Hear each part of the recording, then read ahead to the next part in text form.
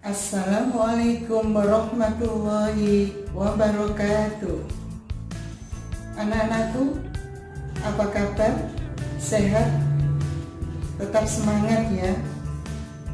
Berjumpa kembali dengan Bu Arifah, guru SKI kelas 9 MTS Wahid Hasim Surabaya.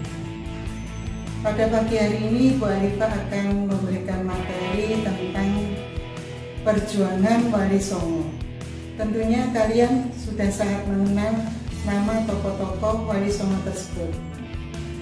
Baiklah anak-anak, sebelum kita lanjutkan ke videonya, marilah sejenak kita berdoa, memanjatkan doa supaya pembelajaran hari ini bermanfaat bagi kita semua. Berdoa mulai. A'udzu billahi minasyaitonir rajim. Bismillahirrahmanirrahim. Raditu billahi rabban wa bil islami dinan wa bi Muhammadin nabiyyan wa rasulah. Rabbi zidni ilma warzuqni fahma waj'alni minas sholihin. Amin. Selanjutnya, mari kita ikuti video pembelajaran berikut ini.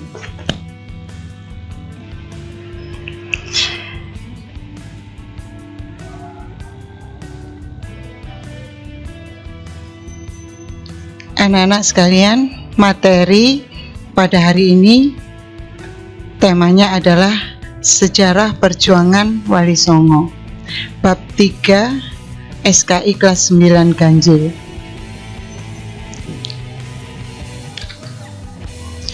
Kompetensi inti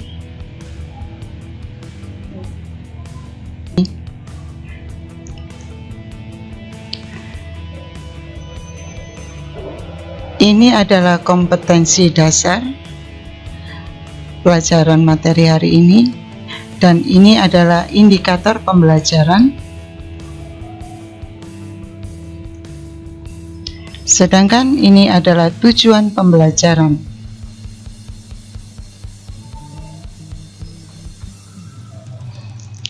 Anak-anak sekalian, sesuai dengan tema materi pada hari ini, tokoh-tokoh Wali Songo sebagai waliullah, yaitu orang yang dekat dengan Allah serta mulia.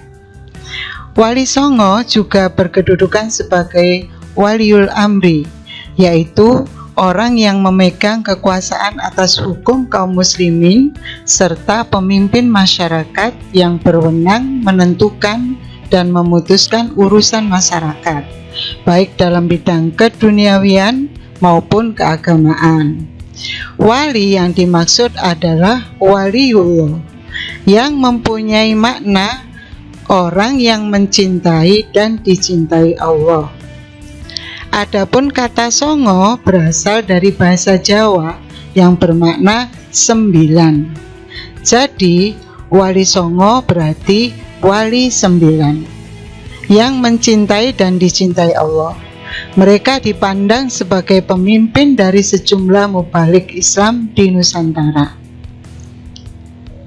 Adapun nama-nama Wali Songo sebagai berikut: Sunan Ampel, Sunan Gresik atau Maulana Malik Ibrahim, Sunan Giri, Sunan Bonang, Sunan Derajat, Sunan Kudus, Sunan Kalijogo, Sunan Muria, dan Sunan Gunung Jati. Untuk pelajaran hari ini ada 2 fokus anak-anak. Pertama adalah tentang biografi Wali Songo, dan yang kedua adalah peran dakwah Wali Songo.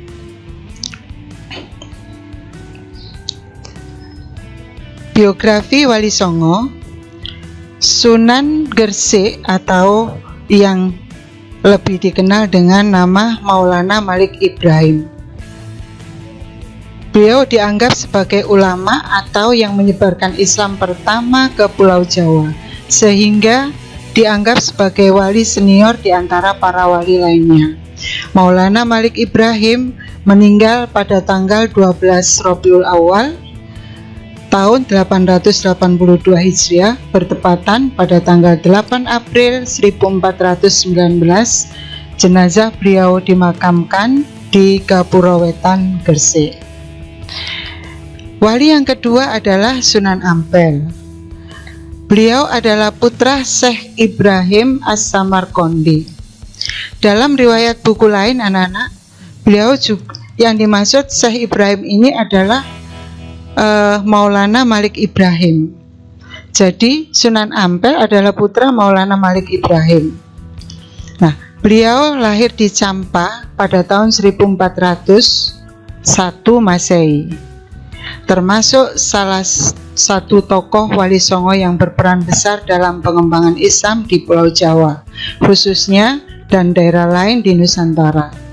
Sunan Ampel yang memiliki nama asli Raden Rahmat menikah dengan Putri Arya Teja, yaitu Bupati Tuban, yang juga cucu Arya Lembusuro, Raja Surabaya. Sunan Ampel wafat di Surabaya pada tahun 1481 dan dimakamkan di Ampel. Wali yang ketiga adalah Sunan Bonang. Sunan Bonang adalah putra Sunan Ampel dari pernikahannya dengan Nyai Ageng Manila, Putri Arya Teja. Beliau lahir di Surabaya pada tahun 1465 dan wafat tahun 1525. Makam Sunan Bonang berada di Tuban. Beliau dikenal juga dengan nama Raden Maulana Magdum Ibrahim dan masih termasuk saudara sepupu dari Sunan Kalijaga. Wali yang keempat adalah Sunan Giri. Nama asli beliau adalah Raden Paku dan dikenal juga dengan nama Raden Ainul Yakin. Beliau merupakan putra dari Maulana Ishaq. Beliau berdakwah di daerah Giri dan sekitarnya.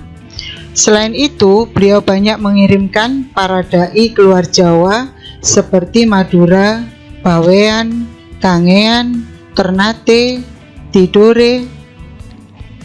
Sunan Giri wafat tahun 1506 dan dimakamkan di daerah Giri, Gresik, Jawa Timur. Selanjutnya Sunan yang kelima adalah Sunan Derajat.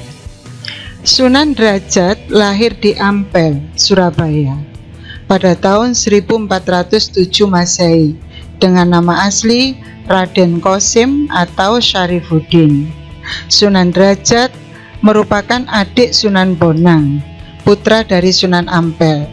Sunan Derajat dikenal sebagai tokoh yang mengedepankan dakwah Islam melalui pendidikan budi pekerti bagi masyarakat.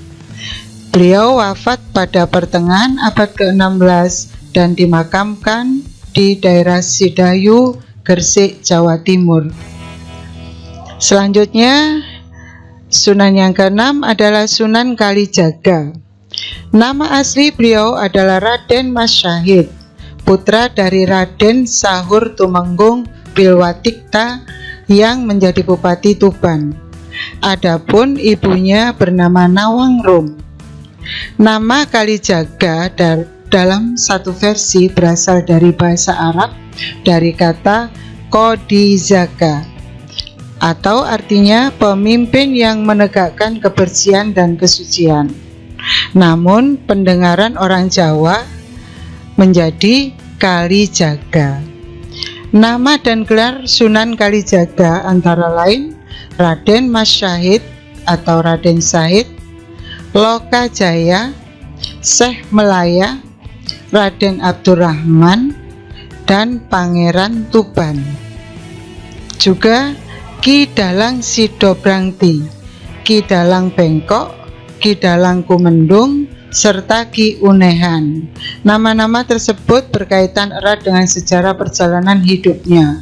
Sunan Kalijaga menikah dengan Dewi Saroh binti Maulana Ishaq dan memiliki 3 putra, yakni Raden Umar Said alias Sunan Muria, Dewi Ruqayyah, serta Dewi Sofia. Selanjutnya adalah Sunan Kudus. Sunan Kudus putra Sunan Ngudung. Nama aslinya adalah Ja'far Shodiq, masih memiliki hubungan kekerabatan dengan Nabi Muhammad SAW. Sunan Kudus berdakwah di daerah Kudus dan sekitarnya. Beliau termasuk ulama yang menguasai banyak disiplin ilmu seperti fikih, usul fikih, tauhid, hadis, tafsir, dan logika. Oleh karena itu, beliau mendapat gelar Waliyul Ilmi, orang yang kuat ilmunya. Selanjutnya adalah Sunan Muria. Nama asli beliau adalah Raden Umar Said.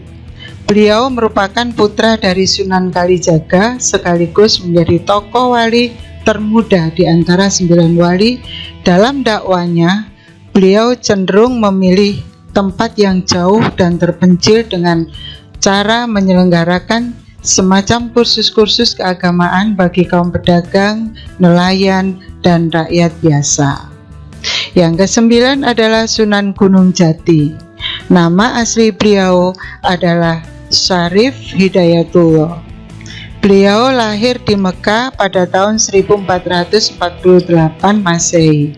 Beliau merupakan cucu Prabu Siliwangi, Raja Pajajaran. Area dakwah beliau meliputi daerah Cirebon, Majalengka, Kuningan, Kawali, Sunda Kelapa, serta Banten.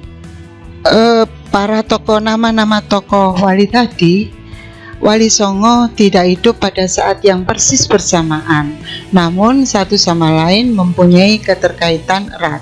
Bila tidak dalam ikatan darah, juga dalam hubungan guru dan murid. Era Wali Songo adalah era berakhirnya dominasi Hindu-Buddha dalam budaya Nusantara untuk digantikan dengan kebudayaan Islam. Mereka adalah simbol penyebaran Islam di Indonesia, khususnya di Pulau Jawa. Tentu banyak tokoh lain yang juga berperan, namun peranan mereka yang sangat besar dalam mendirikan kerajaan Islam di Jawa juga pengaruhnya terhadap kebudayaan masyarakat secara luas serta dakwah secara langsung membuat 9 wali ini lebih banyak disebut dibanding yang lain. Masing-masing tokoh tersebut mempunyai peran yang unik dalam penyebaran Islam, mulai dari Maulana Malik Ibrahim yang menempatkan diri sebagai tabib bagi kerajaan Hindu Majapahit, Sunan Giri yang disebut kolonialis sebagai paus dari timur, hingga Sunan Kalijaga yang mencipta karya kesenian dengan menggunakan nuansa yang dapat dipahami masyarakat Jawa, yakni nuansa Hindu dan Buddha. Selanjutnya, pembahasan yang kedua adalah tentang peran Wali Songo dalam dakwah Islam di Indonesia, yang menggambarkan bagaimana peranan dakwah Islam Wali Songo pada saat itu, peralihan dari agama Hindu-Buddha menjadi agama Islam. Itu sangat panjang prosesnya. Dalam hal ini, peran Wali Songo dalam menyebarkan dakwah Islam di Indonesia meliputi pendidikan dan pengembangan keilmuan. Syekh Maulana Malik Ibrahim atau yang lebih dikenal dengan Sunan Giri mendirikan pesantren di Desa Gapura, Gresik guna mendidik kader-kader pemimpin muslim yang handal. Sunan Ampel mendirikan pesantren Ampel Denta. Di antara murid-muridnya adalah Raden Paku, Raden Fata, Raden Mahdum Ibrahim, Syarifuddin, serta Maulana Ishaq. Jejak dakwah Sunan Ampel bukan hanya di Surabaya dan di ibu kota Majapahit, tetapi juga meluas sampai daerah Sukadana, Kalimantan. Dakwah awal Sunan Bonang dilakukan di Kediri menjadi pusat ajaran Birawa Tantra dengan mendirikan masjid di daerah Singkal.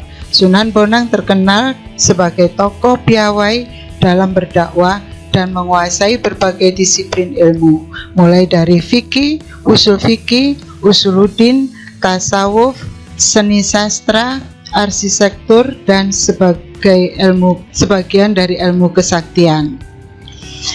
Adapun peran yang lain adalah seni budaya. Para wali 9 diantaranya sangat piawai di dalam mengenalkan seni budaya. Seni budaya tertentu disesuaikan dengan nilai-nilai ajaran Islam. Hal ini melalui proses asimilasi yang panjang sehingga melahirkan corak kesenian dan kebudayaan yang khas. Seni budaya merupakan sarana komunikasi dan transformasi informasi kepada masyarakat sebagai sarana dakwah yang terbukti efektif. Sunan Bonang dianggap sebagai pencipta gending pertama, ia berdakwah di daerah Tuban dengan menggunakan media wayang dan gamelan sesuai kegemaran orang Jawa.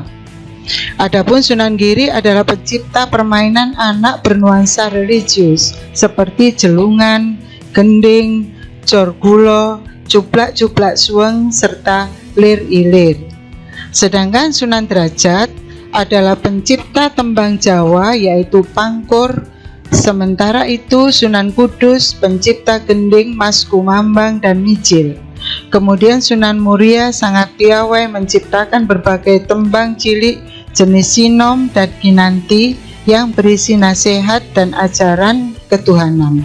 Ia juga pandai menjadi dalang sebagaimana ayahnya Sunan Kalijaga. Sunan Kalijaga dianggap sangat berjasa dalam mengembangkan seni wayang purwa atau wayang kulit serta gamelan yang dimanfaatkan sebagai media dakwah Islam. Di samping itu, beliau juga mengembangkan seni suara, ukir, busana, pahat, dan kesusastraan. Peran yang lain adalah sosial kemasyarakatan. Salah satu usaha dakwah dalam bidang sosial kemasyarakatan dilakukan Raden Rahmat atau Sunan Ampel membentuk jaringan kekerabatan melalui perkawinan para penyebar Islam dengan putri penguasa bawahan Majapahit. Dengan cara tersebut, ikatan kekerabatan di antara umat Islam semakin kuat, termasuk dirinya sendiri yang menikahi Putri Arya Teja, Bupati Tuban. Ia juga membuat peraturan yang membuat nilai-nilai ajaran Islam untuk masyarakat. Contohnya, Mo Limo atau 5 larangan, moh madon, moh ngombe, moh madat, moh main, moh maling. Adapun kelima larangan yang dimaksud meliputi dilarang berzina, minum minuman keras, menghisap candu, berjudi, serta mencuri. Sunan Derajat adalah sosok yang mempunyai kepedulian yang tinggi terhadap masyarakat golongan ekonomi lemah, yaitu fakir dan miskin. Beliau senantiasa mengutamakan kesejahteraan umat, memiliki empati, etos kerja tinggi, serta kedermawanan. Sunan Derajat berusaha gigih untuk menciptakan kemakmuran dengan cara menjalin solidaritas sosial dan kerja bakti. Sunan Kudus dalam dakwanya mengajarkan mengenai alat-alat kebutuhan rumah tangga, pertukangan, kerajinan emas, pandai besi, serta pembuatan pusaka.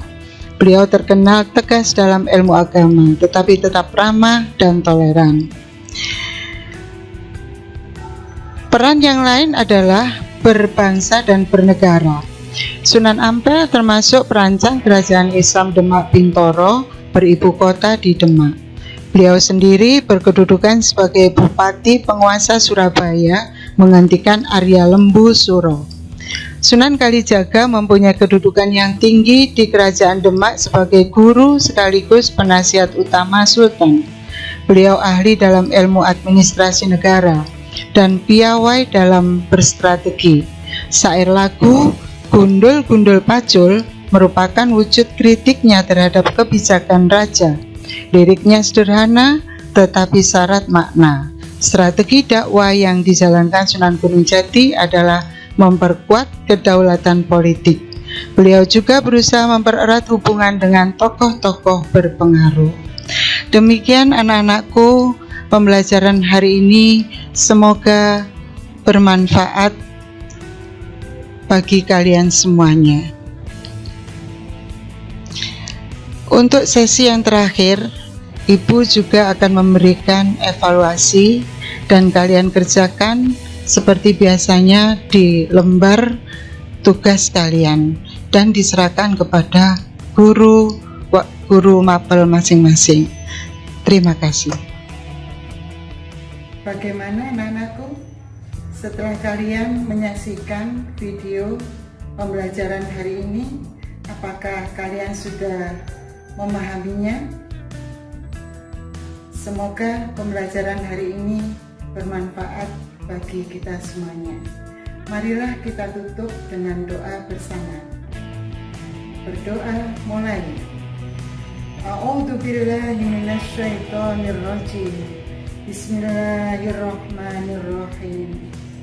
Allahumma inni astaudiuka ma 'allamtanihi fardudhu ilayya inda hajati wala tansanihi ya rabbal alamin. Amin. Wassalamualaikum warahmatullahi wabarakatuh.